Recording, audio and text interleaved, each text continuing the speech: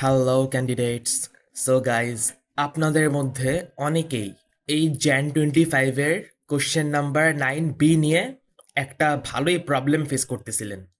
So guys, এখন আমি ভাবলাম যে এটা কিভাবে আপনাদের ইজি করে বোঝানো যায়।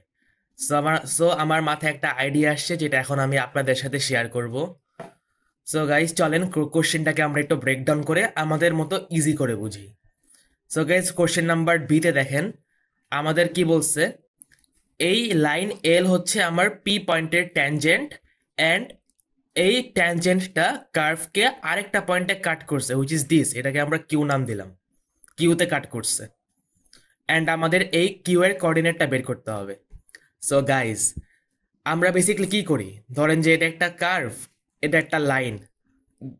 ধরেন যে এটা Y equals to M x plus C, আর ধরেন যে এটা Y equals to A x square. তাহলে কি গাইজ, আমরা ওয়াই ইকুয়ালস টু ওয়াই করে দিই না? তাহলে আমরা লিখতে পারি m x plus c equals to A x square, তাই না? কিন্তু গাইজ, এইখানে তো আমার এটা প্যারামেট্রিক ইকুয়েশন। আমরা তো প্যারামেট্রিক ইকুয়েশনে ওয়াই ইকুয়ালস টু ওয়াই করতে পারি না। কিন্তু গাইজ, আপনারা মেইন আইডিয়াটা কি দেখছেন? ওয়াই ইকুয়ালস টু ওয়াই যে করছি, আমরা তো ওদের সাইমultaneously সলভ করতেছি, তাই না? ধরেন যে ওর ইকুয়েশন, ওর ওয়াইয়ের ইকুয়েশনের বদলে আমরা ওর ওয়াইয়ের ইকুয়েশন বসাই দিছি। যেমন দেখেন, Y equals to M x plus C ছিল না, আর Y equals to A x square. Basically guys, আমরা এই ওয়াইয়ের এই ভ্যালুটা আমরা এইখানে বসাই দিছি না, m x plus c. Y equals m x plus c, তো কিন্তু ওয়াই ইকুয়ালস টু কি এ এক্স স্কোয়ার, তাই m x plus c equals to A x square, তাই না? And vice versa. তাই চাইলে আপনারা এই এম এক্স প্লাস সিও এই ওয়াইয়ের জায়গায় বসাইতে পারেন, কোনো প্যারা নাই। সো গাইজ, এই মেথডটাই, যেহেতু আমরা ওয়াই এই কেসে ওয়াই কস্ট ওয়াই করতে পারতেছি না, তাই জন্য আমরা এরকম করেই ভ্যালু বসাবো। যেমন গাইজ দেখেন, কোনো ওয়েতেই ওয়াই কস্ট ওয়াই করার সুযোগ নাই। তাহলে গাইজ, কার্ভের যে প্যারামেট্রিক ইকুয়েশন ছিল এক্স আর ওয়াই এর ভ্যালু, আমরা এই এক্স এর ভ্যালুটা আমরা এই লাইনের এক্স এ বসাই দিই, আর এই ওয়াই এর প্যারামেট্রিক ভ্যালুটা এই লাইনের ট্যানজেন্টের ওয়াইতে বসাই দিই। সো চলেন বসাইলে কি হয় দেখেন, 3x, তো তাহলে হয় 3 cos 2t প্লাস 16y কি গাইজ, সাইন কিউবড টি, sign cube T minus 5 equal 0। So guys, বুঝছেন কি করলাম? যেহেতু ওয়াই কস্ট ওয়াই করতে পারলাম না, তাই এই লাইনের এক্স এর জায়গায় কার্ভের এক্স বসাইলাম, আর লাইনের ওয়াই এর জায়গায় কার্ভের ওয়াই বসাইলাম, প্যারামেট্রিক ফর্মসে অবশ্যই। এরকম একটা কোশ্চেন জ্যান 21 না 22 আসছিল, I don't remember the year. এই কনসেপ্টটা, এই প্যারামেট্রিক ভ্যালু এই কার্টেশিয়ানে বসানোর। আই রিপিট, যেহেতু ওয়াই কস্ট ওয়াই করতে পারতেছি না, লাইনের এক্স ওয়াই এর জায়গায় কার্ভের প্যারামেট্রিক এক্স ওয়াই এর ভ্যালুগুলা বসাই দিছি। তাহলে গাই, সলভ করলে আমরা একটা প্যারামিটার পাবো টি, অ্যান্ড এই টি এর যে ভ্যালুটা পাবো ওইটাই আমার পয়েন্ট কিউ এর টি এর ভ্যালু।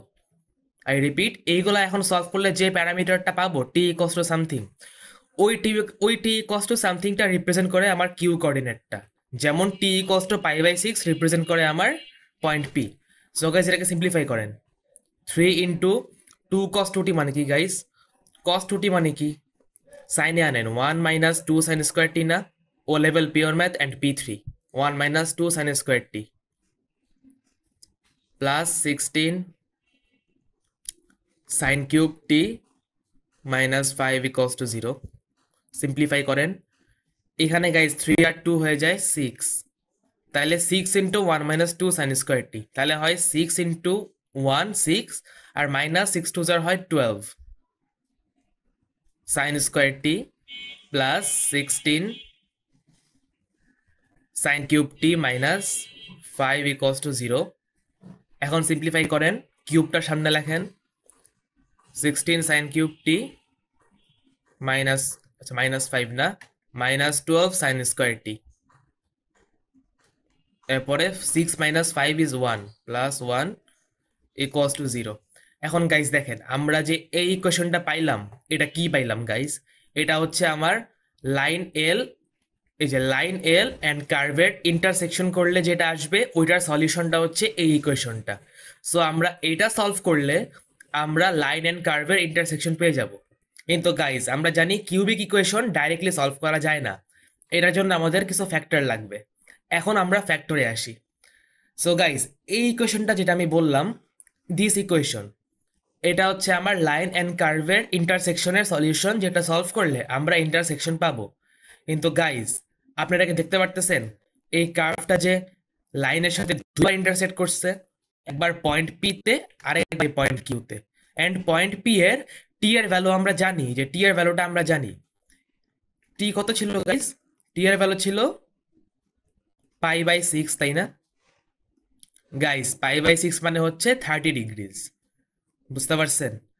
সো গাইজ এখন আমাদের π/6 কে in terms of sine represent করতে হবে, অথবা ইনভার্স সাইন।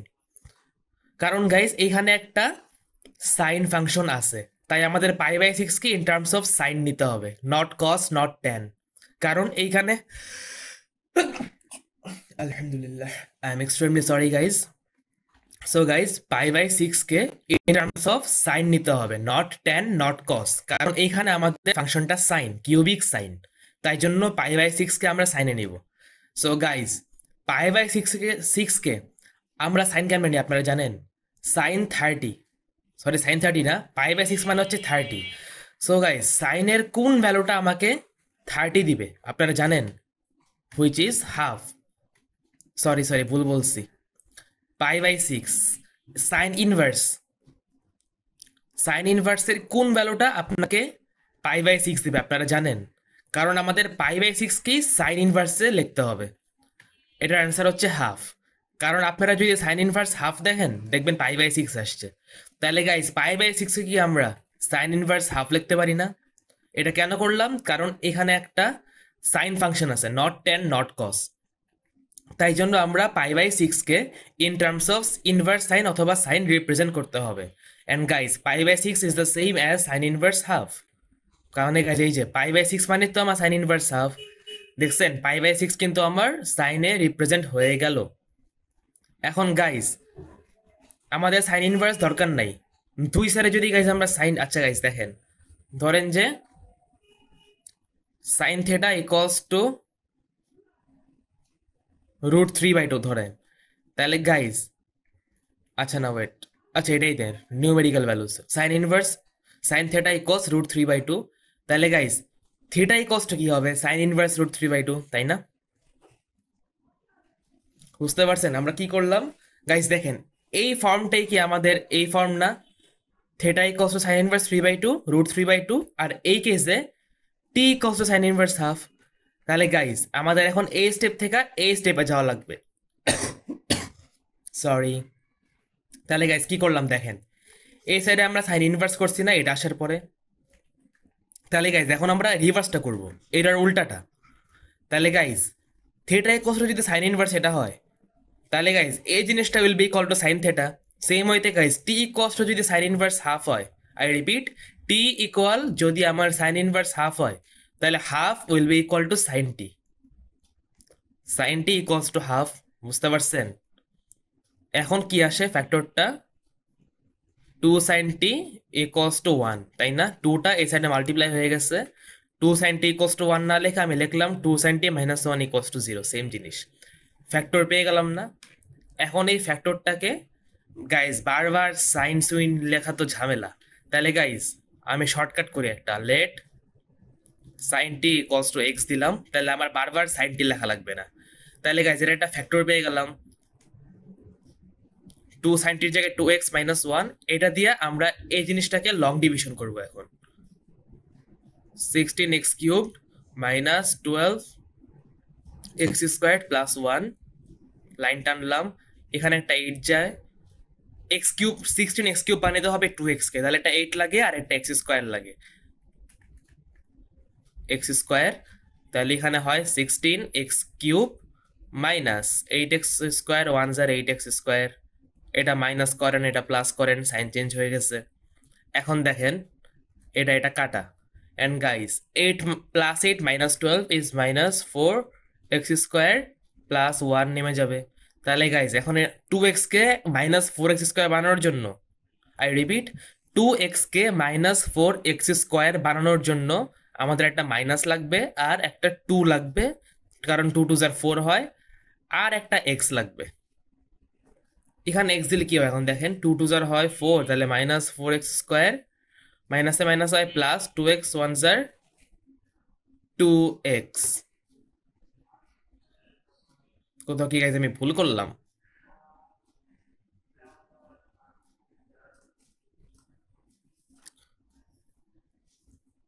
ও আচ্ছা গাইজ, সিলি মিস্টেক হয়ে গেছে। কারণ গাইজ দেখেন, এটা একটা কিউবিক ইকুয়েশন না, কিউব আছে, স্কোয়ার আছে। গাইজ পাওয়ার 1, ধরেন যে এক্স কিউব আছে, এক্স স্কোয়ার আছে, একটা এক্স তো নাই, তাহলে এখানে 0x আছে। এটা দিনে দেখে ভুলটা হয়েছে, তাহলে এখানে একটা 0x বানাই দেন এটাকে, এবার একটা +1 দেন, এবার দেখবেন সুন্দর মতো ম্যাথটা হয়ে গেছে।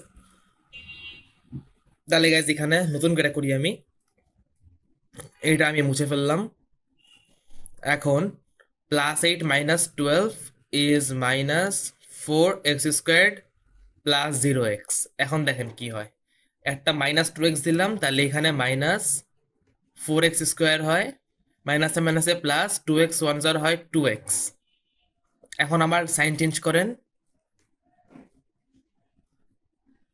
এটা কাটা, তাহলে 0 - 2 ইজ -2x, আর এ +1টা সাইডে নেমে যাবে। এখন গাইস দেখেন, একটা -1 দিলে কি এটা সেম হয়ে যায় না? এটাকে -1 দিয়ে মাল্টিপ্লাই করেন, -1 দিলাম, তাহলে গাইস -2x + 1 আসে 0।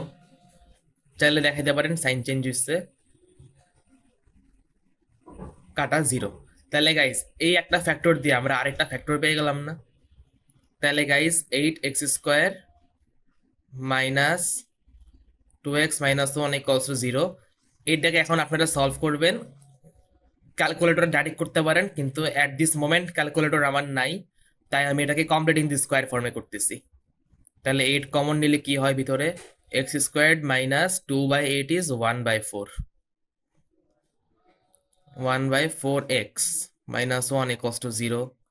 8টা সাইডে রেখে দেন, কমপ্লিটিং স্কোয়ার ফর্মে দেন, x মাইনাস 1/4 ডিভাইডেড বাই 2, এটা কি হয় 1/4 ডিভাইডেড বাই 2 মানে হচ্ছে ইন্টু হাফ, তাহলে 1/8, 1/8x, x আসবে না, x minus b/2 whole square minus 1/8 whole square equals to -1টা এসে +1 হয়ে গেছে।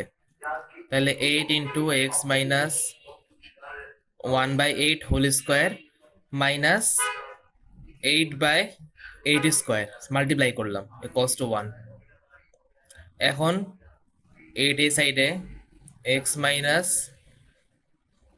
1 দূর বাজে handwriting, 1/8 whole square equals to guys, এই জিনিসটা কি হয় 1, এটা প্লাস হবে, 8/8 স্কোয়ার ইজ 1/8, 1/8। এখন গাইস সিম্পলিফাই করেন একটু, x minus 1/8 whole square equals to, এটা এলসিএম করলে কি হয়, 8 এলসিএম নিলে 8 8 1 8 প্লাস 1 হয় 9/8। এখানে একটা 8 ছিল না, 8টার নিচে মাল্টিপ্লাই করে দেন। এখন guys x minus 1/8 will be equal to √9 is 3 and 8 এখানে হয় 64, √64 is 8। তাহলে গাইস x এর ভ্যালু কি আসে, 3/8 প্লাস 1/8, 8 এলসিএম নিলে 3 plus 1 is 4, 4/8 will be equal to half। তাহলে গাইস x এর ভ্যালু হাফ আসছে, এত কিছু দরকার নাই, just at this moment calculator আমার হাতে নাই দেখে আমি মুখে মুখে করলাম। তাহলে গাইস এটা তো এক্স বেরিয়েলো, বাট আমাদের একটা প্লাস মাইনাস ছিল তো গাইস, এটা +-3/8, তো এ হাফ যে বেরিয়েলো এটা তো আমার +3/8 এর জন্য বেরিয়েলো। তাহলে guys x minus 1/8 equal to -3/8 একটা করেন, এখান থেকে x এর ভ্যালু কি পাবেন, সরি। তাহলে গাইস 1/8 -3/8, একটা 8 এলসিএম নিলে 1 - 3 ইজ 1 মাইনাস 3 ইজ মাইনাস 2, তাহলে আমি মাইনাস 2 লিখলাম, এটা আসে মাইনাস 1/4। এখন গাইজ এক্স বের হইলো, আমাদের তো দরকার কি ছিল, সাইন টি, কারণ এই যে let sine t equals to x. তাহলে গাইজ এক্স বের হইলো, তাহলে কি এখন কি করব, এক্স এর ভ্যালু সাইন টি, তাহলে এক্স এর ভ্যালু -1/4 হইলে গাইজ হাফ কেন নিচ্ছি না, কারণ হাফ নিলে এই যে হাফ ইউজ করি তো আমরা এই জিনিসটা পাইছি, তাই না, এটা তো হাফ থেকেই আসছে, এটা ইউজ করলে টি এর ভ্যালু π/6ই পাবো। তাহলে guys sine t equals to -1/4 করেন, টি এর ভ্যালু আসে সাইন ইনভার্স -1/4, তাই না। এখন এটা রেখে দেন, এটা এখন এই যে এক্স এর প্যারামেট্রিকে বসান 2 cos 2t, x equals to 2 cos guys 2t, তো টি এর জায়গায় এটা বসান 2 সাইন ইনভার্স -1/4, আর y equals to sine cube T ছিল মনে আছে এটা, তাহলে সাইন কিউব আর টি কত -1/4, সরি সাইন ইনভার্স -1/4।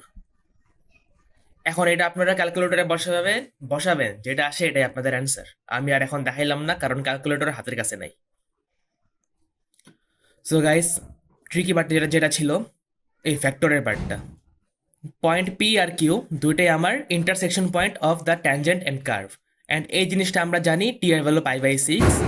এইটা দিয়ে আমরা কোশ্চেনটা সলভ করছি, কারণ গাইস এখানে দেখেন ওদেরকে ইকুয়াল করার পরে আমার এই কোশ্চেনটা আসছে, এটাকে আমরা কেন সলভ করব, ফ্যাক্টর দিয়ে। কিন্তু গাইজ ওদের এই ইকুয়েশনের একটা সলিউশন আমি জানি, টি এর ভ্যালু π/6, এই যে টি এর ভ্যালু π/6। এখন গাইজ আমাদের একটা ফ্যাক্টর দরকার, এই ফ্যাক্টরের জন্য π/6কে আমাদের in terms of sign and inverse sign আনতে হবে। গাইজ আমরা জানি π/6 মানে আমার সাইন ইনভার্স হাফ, তাহলে গাইজ π/6 এর জায়গায় আমরা সাইন ইনভার্স হাফ লিখলাম, এখান থেকে সাইন টি আসে হাফ, 2 sin t - 1 একটা ফ্যাক্টর এসে পড়ে। এখন এটা দিয়ে লং ডিভিশন করার পরে অ্যান্সার এসে পড়ছে। Best of luck for your exam guys, thank you guys for watching.